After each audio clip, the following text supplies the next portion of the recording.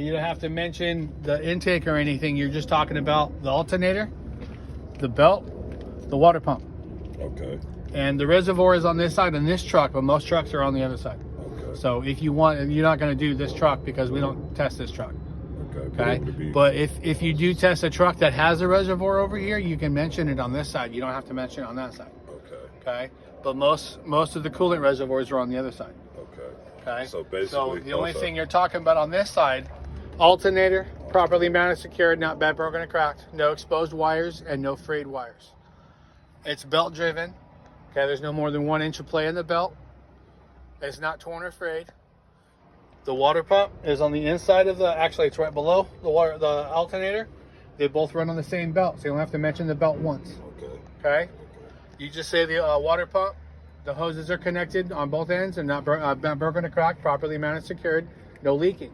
It's also belt driven. Okay. Okay? Because you already mentioned the belt for the alternator. You don't have to mention it again. Okay. All right? All the major components you only have to mention once. Okay. So we going from the you said the alternator. You can point the alternator out because it's got the fins right here. Okay. Okay. And we got the water pump. Water pump. That's gonna cover that with the belt driven. That's gonna cover that once we just speak on that. And the same thing with the coolant reservoir. You follow the hose down. This hose that comes out of the reservoir goes right into the water pump. To the water pump. Okay. Even though it's not pumping water, it's pumping coolant. They still call it a water pump. Okay. And this one right here is the that's the air conditioner condenser. Okay, the condenser. It says compressor on it, but it doesn't really compress anything. These lines right here are for your air conditioner. That's what makes the air cold when you turn the air on. This is where you'd fill the Freon if it runs low on Freon. But you don't have to mention this on the pre-trip, on the test. Okay. DOT doesn't care if you have air conditioning. Okay. Okay, they can care less. I got you. As long as you have a heater and a defroster, they don't care if you have AC. Gotcha. All right? Gotcha. So you don't have to mention this. It's not required by DOT. Okay. All right? But they want to know that you have an alternator.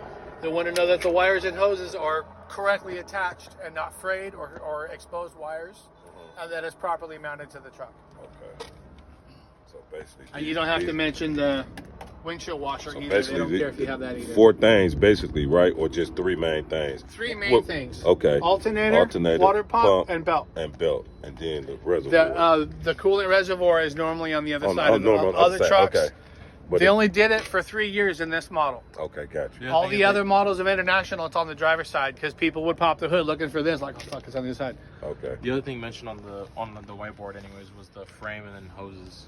You only have to do that once. Okay. So if you do the frame, on both sides.